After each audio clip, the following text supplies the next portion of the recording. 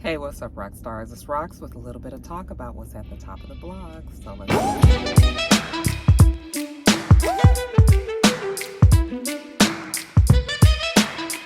All right, you guys, first story up. Actually, this is breaking news, just happened right before I decided to record today. But it seems that Brittney Griner's case over in Russia has come to a close, and that the judge has found her guilty for deliberately smuggling drugs into the country, illegal drugs into the country. She was sentenced to 9 years in a Russian prison, which is just terrible. I had a feeling that something like this would happen. She was really stuck in between a rock and a hard place.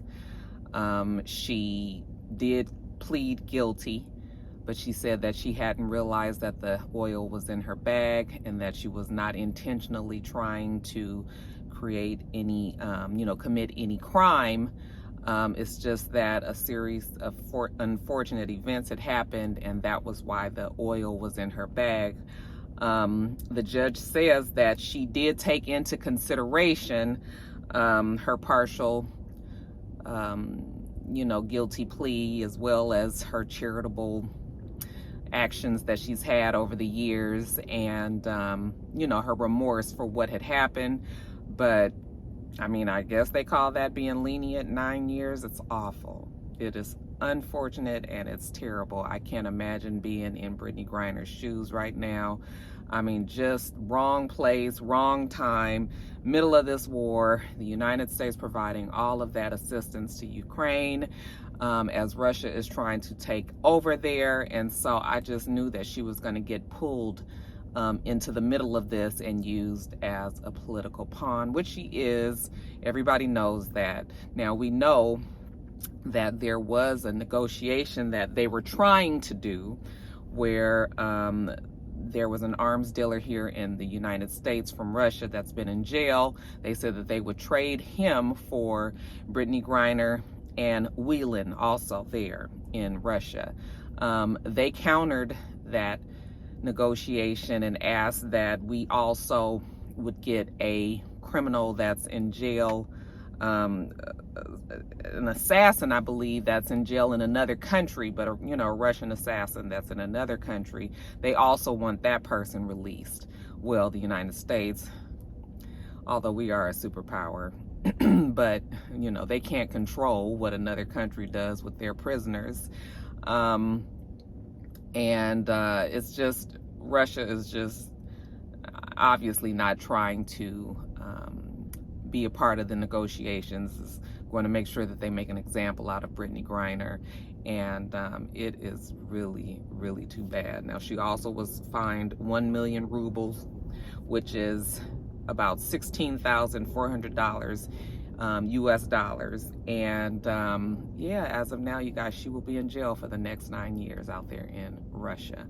The president, Joe Biden, has said that this is unacceptable, that they are still trying to do whatever they can to get her back home.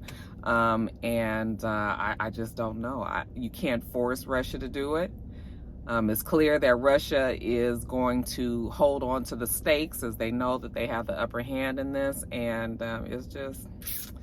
it's bad. It's bad. Now, they said that when she was in court, her last little plea to the judge, I'll read it to you guys. Give me a second. And I quote, "I never meant to hurt anybody. I never meant to put in jeopardy the Russian population. I never meant to break any laws here. I made an honest mistake, and I hope that in your ruling that it doesn't end my life here. I know everybody keeps talking about political pawn and politics, but I hope that that is far from this courtroom.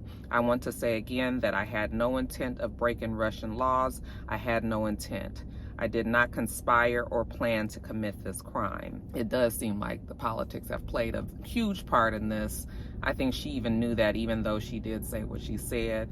And it's just all around just an awful, just really too bad. I can't imagine what her family must be feeling. Her wife, who has a young child with Brittney Griner, and, just her family, her friends, her fans, just us as a community, just feeling really, really bad for her. I don't know what can be done in this situation.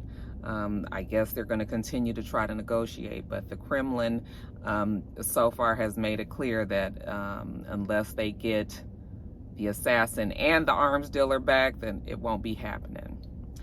And we'll have to see if the United States, even if they're willing to try to get that person out that's in the other country, I'm not sure where that place is, but I mean, if the United States is even able to do that or will be doing that, you know, I don't know. I just wanted to let you guys know what Brittney Griner's fate, you know, was decided today. 9 years in a Russian prison, $16,400 fined. And like she said, I hope that this does not end her life there. You know, this has to be such a strain on your mental and your emotional strength. I can't even imagine. I feel so bad. But anyway, wanted to let you guys know that before I get on with the rest of the video. Prayers up for Brittney Griner, everybody over there that's involved. Hopefully we can get her back soon.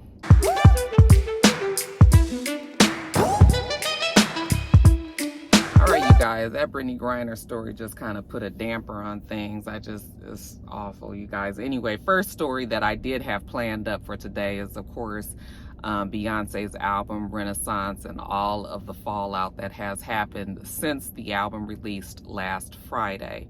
I know many of you guys wanted me to do a review of the album. I didn't do a review because I figured I would talk about it in top of the blogs. There was so much shit that was going on surrounding the album that I figured that it's going to take a few days for all of that to, you know, get whipped up into a frenzy. And I would just wait until all of that happened, and then I would talk about it here. So here I am talking about it about a week later. How do I feel about the album? So the album is cool, okay? I can't say that I'm all that excited about the album. It is something that I probably would listen to if I needed like to have music in the background playing. You know, it's just not necessarily what I was hoping for. I mean, the album is cool, but it ain't like, hey, because you guys, I already told you that I was looking for B-Day. That was the type of album that I was looking for. This is act one of many other acts. I'm not sure how many acts she will have, but I'm hoping that in any of those other acts that she's having, that we're going to have us a for real R&B good ass time. This album does have some nice songs on there and everything. It's just nothing that made me just feel like I was super excited to do like a full album review like I did for, what was the surprise album that she did. Okay, so that's just kind of how I feel about it. But yeah, You Won't Break My Soul is definitely stuck in my mind. And the other songs that are on there, I don't even know any of them really by heart. I listened to the album like twice, and then I was just like, okay.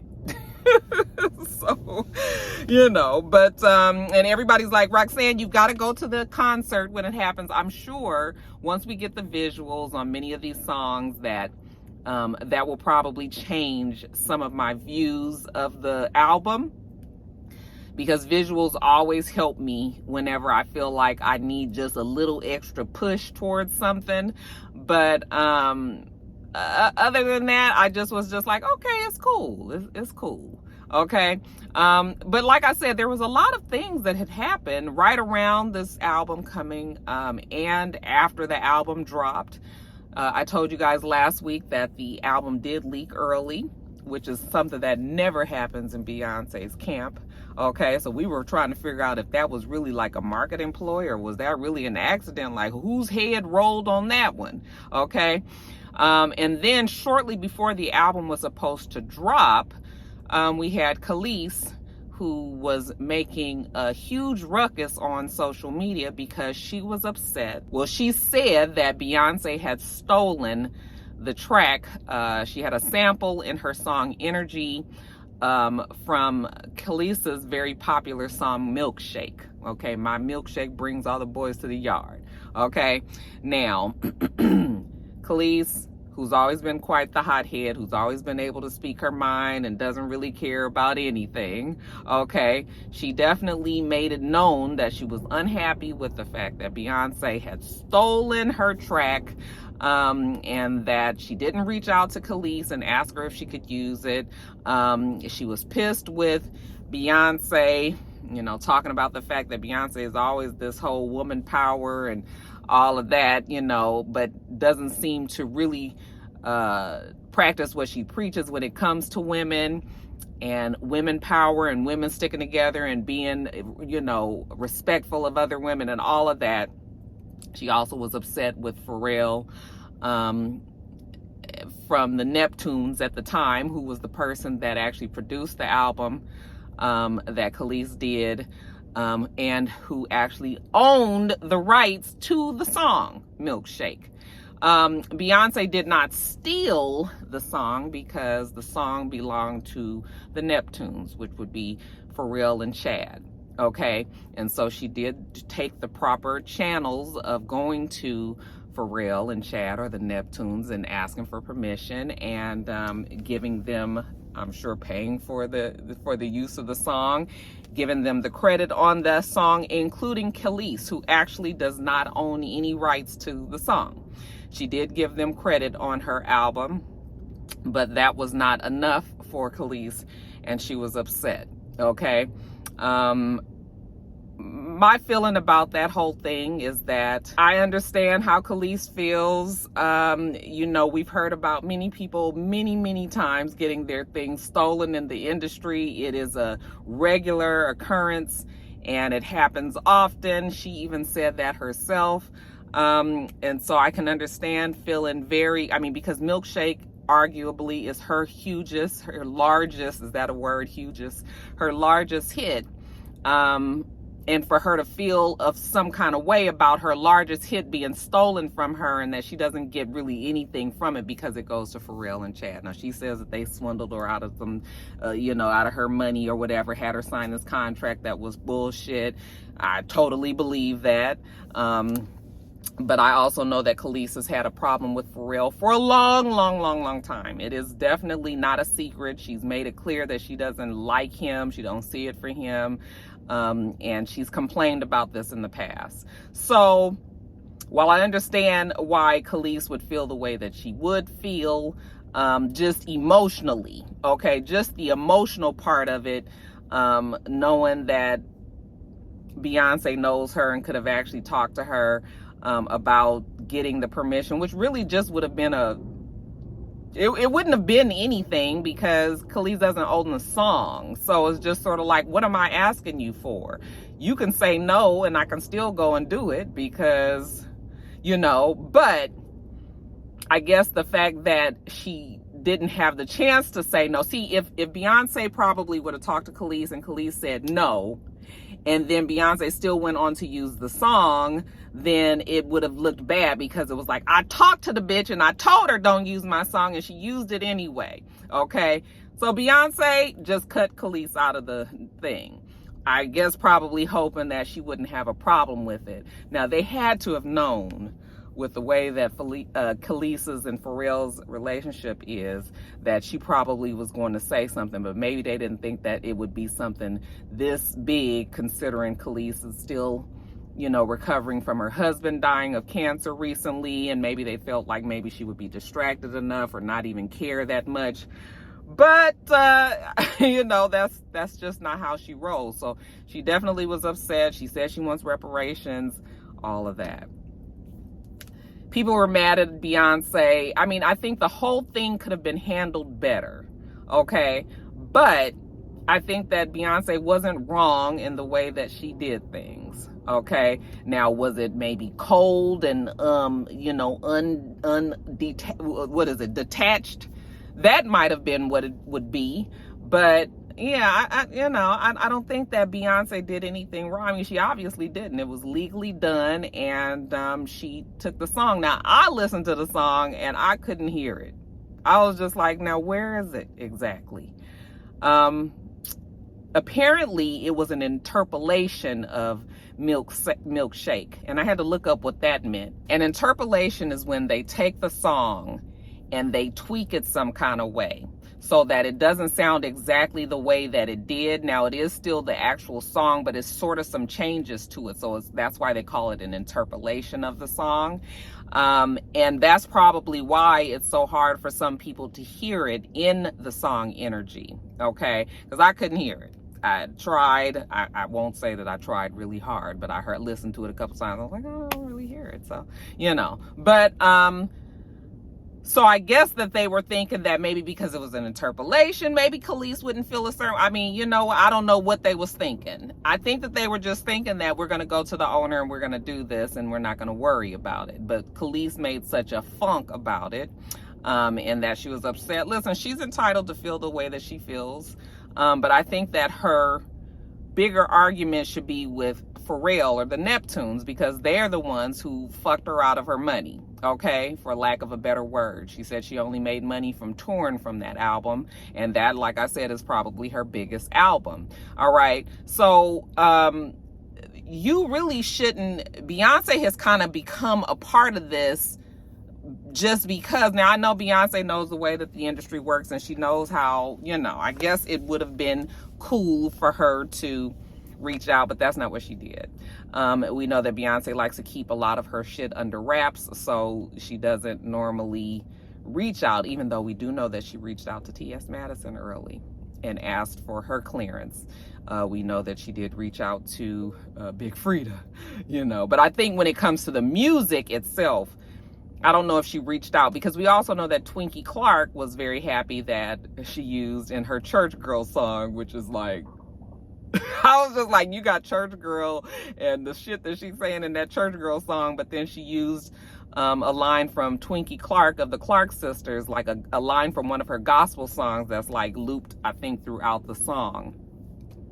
And she didn't reach out to Twinkie either. Twinkie was very happy that she used her you know, her line in the song. I was like, some people are happy, some people not. Okay, so she went through the proper channels, got it done. Khalees was upset. So you know what Beyonce did? Removed the bitch from the song. Okay, and I say bitch lovingly about both Khalees and Beyonce because I like them both. All right, so she takes her from the song and removed the sample off of the song, removed Khalees's credit to Pharrell and Shad, Neptunes, they just completely clear of it. It was just sort of like, you know, if okay, fine. You don't want to be with it, fine. Okay. Even though many people were like, Khalees, you know, could have parlayed that into, you know, getting some money out of it, and also, you know, bringing some new attention on the song Milkshake for some people that might not be familiar with her. But I think it's clear that Khalees doesn't care about that. She doesn't care about the money, definitely doesn't care about the, you know, she probably feels that people know the song already, so she don't need no extra. She just bitch, just take me off. So that's exactly what was done. Okay, and I think Beyonce is not going to comment on it, and she's moved on from that. Beyonce also had to take off the word spaz, because they say that it is ableist conversation, or it's an ableist word. I still am not really clear on what ableist mean. I did look up why, I did kind of look up what ableist meant, and I think that it is, and you know what, let me read the definition again, what I had come up with. Okay, so ableist or ableism is discrimination in favor of able-bodied people. And that still doesn't make it clear. Let's look a little bit further. It says the discrimination of and social prejudice against people with disabilities based on their belief that typical abilities are superior. Okay, so I guess that's why they said that spaz. I probably shouldn't even be saying that, you know. I think that they're saying that that is like a, you're talking about a person that if a person was having some sort of mental breakdown or some sort of emotional breakdown, and that they could be behaving erratically, then when you say, oh, that person is spazzing out or something like that, then that is offensive, because this is a person that has a legitimate problem or issue, and you're just kind of making, you know, you're using it as a slur or something. So I think that that's what that means. I'm sorry if I'm not supposed to say the word S-P-A-Z, like, you know, it's just like, it's so many things that happen that you got to stay on top of, and you got to remember this one offends somebody and that offends somebody and all of that. So, you know, you just got to be clear on it. But She ended up taking that off of one of her songs as well. Then we had Monica Lewinsky, of course, chime in. She does this every now and again, saying how she feels that the Monica Lewinsky line should be removed from the song Partition. I was just like, Monica, nobody even cares about Partition anymore. Like, we don't even, that album is so long ago, so many things have happened since then. It's just like, you want her to be removing this, we not taking it off, girl. Okay, it's a done deal on that. All right, but yeah, so all of this has surrounded the release of Renaissance. You guys will have to let me know what you think about the album. It is easy listening. I think that it was, it's just, I don't know, it's just not still the R&B, like really what I'm looking for. But I've already told you guys that I'm not no super huge house music fan. Even though it's like house, but it ain't like hardcore house. It ain't hardcore house. It's still house, but with some pop, entwined in there. So I think it makes it more, more widely acceptable to people that are listening to it. But it is nice to get something from Beyonce, and it is different than what we've gotten from her in the past. And it's just nice to see that she's back out on the playing field and, being creative for her fans and her stans and her hive, her beehive, and everybody else. So y'all let me know what you think about the album. What's your favorite songs on there? What songs you could do without? All of that, leave it in the comments section below.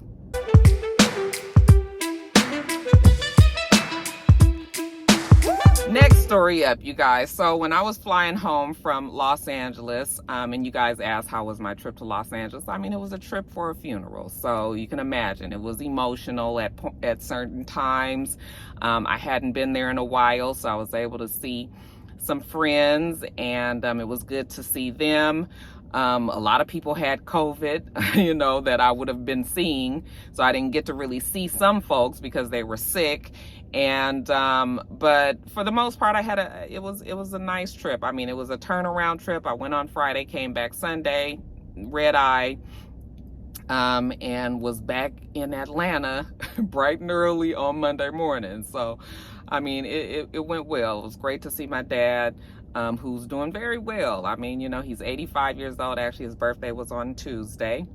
He and Mr. And, he looks good and he sounds good. I mean, might be losing his hearing a little bit, but other than that, mind is still sharp, and hates YSAP maybe more than I do.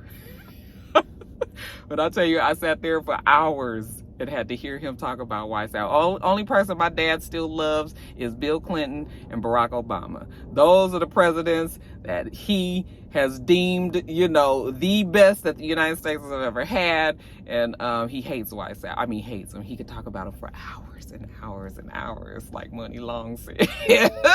I was like, okay, Dad, but you know what? He was just so happy for me to be there, and I just wanted to sit there and let him talk. Okay, between YSAP and J-Lo, child, we broke J-Lo all the way down, and relationships, marriages, all of that. So yeah, the trip was it was nice, but like I said, it was for a funeral, so I wish it would have been on happier terms. But yeah, anyway, back to the story that we were talking about. When I got off of the plane, the first thing that I saw on social media, hold on, ear went off, give me a second. Child, it's too hot. It is too hot that I had an air on. The very first post that I saw on Instagram when I got off of the plane was a post from Crystal. Crystal being Neo's, I guess now his estranged wife, complaining that she is now leaving her husband. Okay, that after 8 years and all that they have been through, that she has found that Neo was cheating on her, that he was paying women to have unprotected sex with him. She called him a narcissist.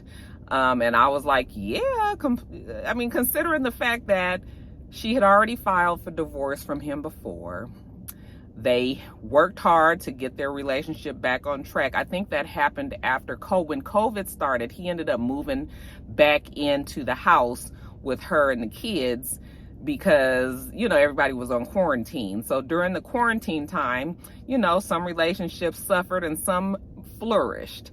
That relationship flourished, and it looked like they made their way back to each other, and fell in love again and got engaged again, and that was a big to-do. Remember when she got a new ring, and then they got married again just a few months ago and had a big wedding, and we saw the pictures all over social media and everything.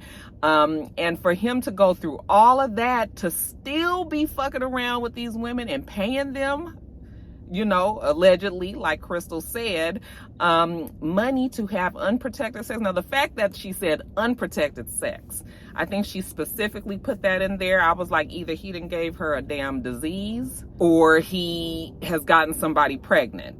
Because, you know, the fact that she made it clear that it was unprotected sex, I was like, is there going to be a part 2 to this story? And that we should, you know, inquiring minds will just have to wait and see. But yeah, she was very disappointed in the fact that, you know, with everything that they've been through and they've built, that this is the way the shit ends up. Now, Neo has always struck me as a arrogant type. You guys remember the first time that she filed for divorce from him, and he was in the club and he had made a song called Pinky Ring or something about taking your wedding ring and putting it on your pinky and just kind of flashing it. It was just sort of like a, you know, one of these to his wife, and, you know, just was in poor taste to me. But I was thinking that he was just like, so what? Oh, well, you know. But that was like an asshole move. But then they ended up back together. And now all of this has happened. And what do we see recently on Instagram? I see Neo once again in the club with all of them women that I guess he could potentially be paying to have sex with him now, you know, back there screaming and him smiling smugly at the camera. And it's just sort of like, what do you get out of this? You know, I mean, if you want to be a bachelor and if you want to see other women, then be that. The girl tried to give you an out. She tried to file divorce, but you had to go and get her back just to still continue to do the shit that broke you guys up in the first place. Like, what is it? Yes, definitely a narcissist, because a narcissist wants everything. They want all of what they want. Okay? Don't want to have to sacrifice anything. And I think that's where Crystal was just sort of like, you know, I'm done. Now, of course, people have a lot to say about Crystal and say, well, the way you got him is the way you lose him. And I don't know how their relationship turned, you know, how they ended up together. I'm not sure if she was the one that supposedly was messing with Neo when he was with Manetta. Manetta tried to tell us how Schaefer rolls, okay? Remember, she was saying how much of an ass he was and how he had manipulated her and was making her do things that she didn't really want to do, having threesomes. I mean, just trying to keep him happy. Ended up getting her tubes tied. Now, they weren't married. People think that they were married, but they weren't married. But after she had her second child by him, and I don't think that he really wanted that second child, then he was able to somehow talk her into getting her tubes tied. Okay, because he didn't want any more kids, even though he could have went and had a fucking vasectomy. All right, but anyway, she went. I mean, you know what? Listen, shit happens. People make bad decisions. She was young, didn't know better, whatever. Okay, but it still happened, and then they ended up breaking up, and then he ends up getting with Crystal again. I don't know if they were together. You know, if she's the reason for the break, I don't know any of that. I don't really care about Neo, Manetta, and Crystal. Although I do like Manetta, but he ended up having more children with Crystal. Okay, so it was, again, just kind of a slap in the face, like, damn, you had this girl who you had no intentions of marrying, you had her get her tubes tied, and now she can't have a baby for any other man if she does decide to, and she did decide to. She just recently got married to a guy. And I mean, you know, I'm sure he knows the situation, and I don't know if he has kids or she already has kids. They can't have any more kids unless she goes through the process of reversing things, and I don't even know if that can be done or if that's even what they want to do. But yeah, like that already had been soured the taste in our mouth about Neo, because it was just sort of like, you got this girl out here doing all this and you didn't even stay with her. Okay, so some people are not surprised about what Crystal is saying, because if he is heartless and enough to do something like that to Manetta, I mean, you would hope that as he got older that he would have gotten more mature and realize that that's not the way to move. But obviously, at least as far as Crystal is concerned, he's still moving in them same dirty ways. So can't say that I'm all that super surprised. It's unfortunate that a family is broken up, but I think Crystal means it this time, you know, that Neo can go on and be with whoever he want to be with, and she is going to go on about her life as well. So as far as Neo and his wife Crystal, it is a wrap on that.